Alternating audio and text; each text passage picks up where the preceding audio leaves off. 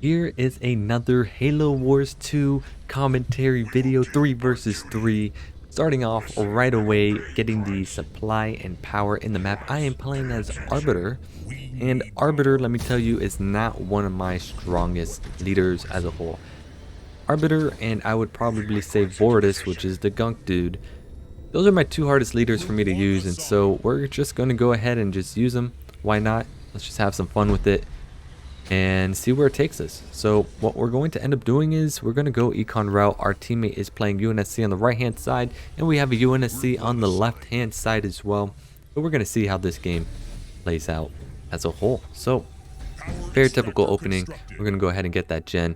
We did make an extra grunt. All right, this is something to keep in mind if you're playing in this map, right? With the extra infantry, you want to go ahead and just make one extra marine or grunt, put it in your base and go ahead and get those supplies and send the other 3 out, or or both those marines in that case, to go ahead and get the supply that's in the middle. And fun fact, my teammate on the right hand side actually went and got that mini base right away, like extremely fast. And it worked out because Orange actually ended up making a ghost, and that ghost was pretty much like useless for him. He was trying to see if he could take the mini as well, and he was unable to because of the fact that he took that mini base right away. So excellent blind counter by my teammate, but you know what? I'm going to give them the benefit of the doubt. It was not a blind counter. In fact, it was a pure 120% IQ play that my teammate just already knew what to do. So that's the stuff that you want to see. That's very motivating when you see that on your team where they're just playing like big brainers. So my teammate actually ended up getting the back mini base. I guess he also wanted the mini base that I ended up taking. That one's, you know, can go both ways. It can either go to the left side or towards middle. But because he pinged it, I was just like, okay, I'll let him take the back one. It's totally fine. At least I get one mini base. And speaking of which, we have ourselves a raid camp and we're going war console. This is something that I don't ever usually do when I'm playing as Covey, just because I don't really feel comfortable with this build order and if it really works as a whole. But we do have teleport, we do have conduit of range. Yep, okay, I wanted to make sure I got that.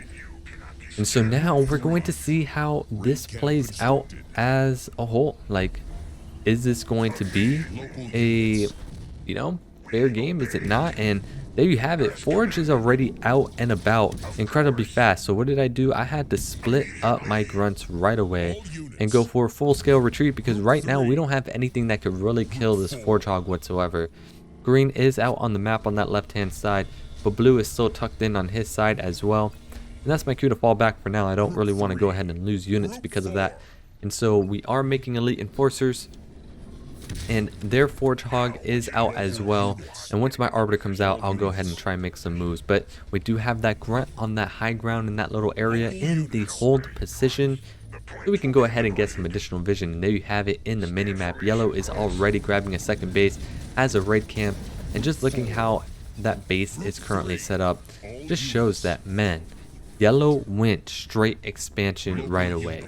And now looking at this, went straight expansion and went fortify 1 at least with no heroes. So honestly, it's a pretty different thing, honestly. That's something maybe I should try out as a whole now that I see that. And so my Arbiter is out using the Y move, so we can go ahead and start doing some damage against the Forge Hog that is over here. We do have it pinned relatively well, but the Forge Hog is going to go ahead and retreat. Blue's Marines have shown up, so the Arbiter's just going to go ahead and engage what is happening over here. We're going to self-destruct that war console and get in an apex. We are making our second base as well, and now we're going to go ahead and clear out the remaining of the units. And speaking of which, the Forge Hog by Green, oh, he missed the Y move shot, and so that Forge Hog is going to survive with just a little bit HP as a whole, which is quite unfortunate. But Arbiter is still out as a whole, and we're just going to go ahead and try and do some damage and take out some more units with our Arbiter and get that. I hope it was an infantry upgrade, because if so, there we go, we didn't get infantry upgrade. But we are floating a lot of supplies, so I'm kind of surprised I don't make ghosts or something like that with the extra supply that I have, or make another gen. Oh, there it is, the second mini base is coming. Oh, nope, I'm going to go ahead and make a supply and an engineer. I think a gen would have been a better move, but it is what it is. So all in all, we all have expansion bases except for light green, but that's something he's going to go ahead and work on as a whole. Arbiter is up with just 1 upgrade, and now we're going to start working hopefully to Tech 2. If not, that's going to be kind of embarrassing. And so there is Tech 2. I was right. I totally forgot whether or not I upgraded or not, but did ping my teammate to let him know, hey, I'm coming in to help reinforce on that side of the map to see if we can go ahead and get some pressure. Green is going to go ahead and show up, and there you have it, no second base. So we're going to get that upgrade for that Elite Enforcer, and we're going to start rotating ourselves back to mid. Our teammate Blue is playing as Jerome, and we do see that Orange does have a second base. We are going to make a Foundry, so we are going currently the 1-1-1 build. 1 raid camp, 1 Foundry, 1 air pad.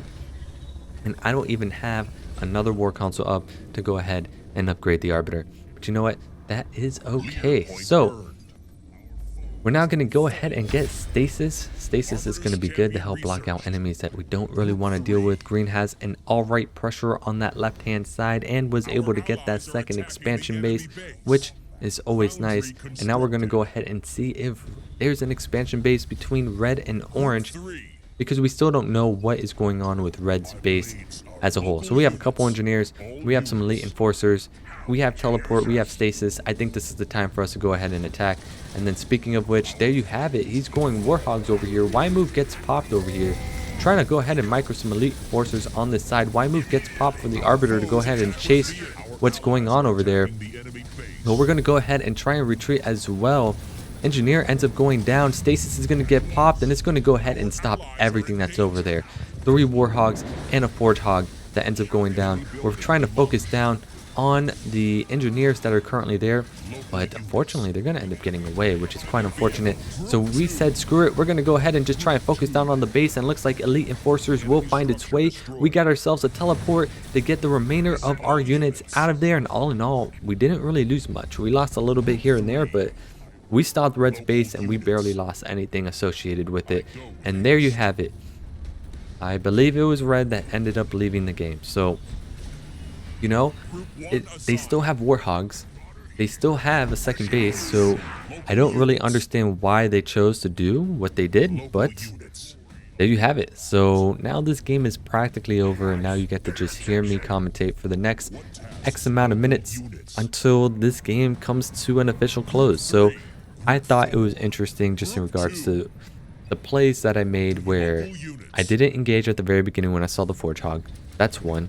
I used that attack on that second base very well with teleport and stasis and diving in on the base when I had that opportunity to do so, because right, I had that Elite Enforcer upgrade.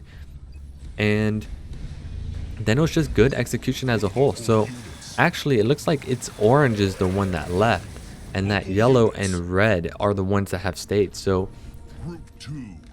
I don't know what happened to orange. Let's give the benefit of the doubt. Maybe they crashed, right? I would say if there's anything that happened, it would have to be that they crashed. But unfortunately, orange hasn't really done much to show that like a crash could have happened. But you know what? Let's be positive. Let's be positive towards the community. And it was just a crash. It is what it is. The game isn't as stable as we would all like it to be.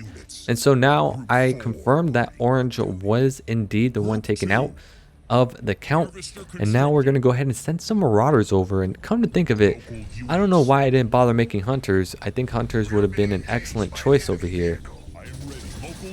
And speaking of which, there is an engagement over here with some warhogs and some wolverines. This is not an army that I should be fighting.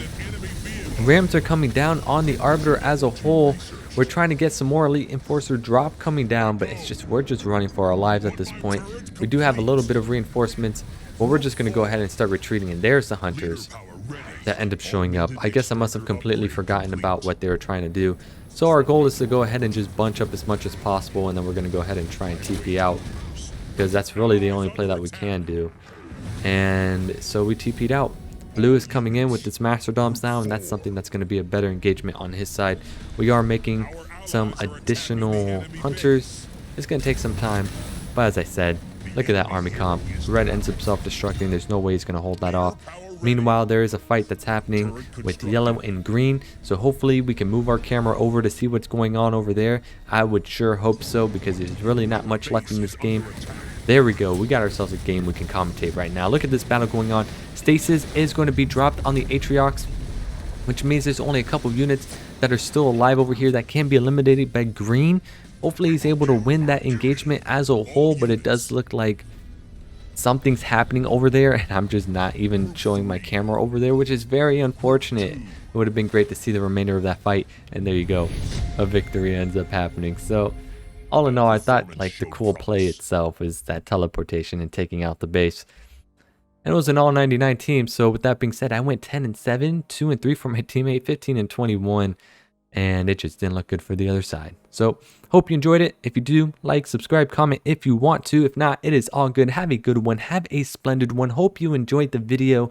And until next time, G out.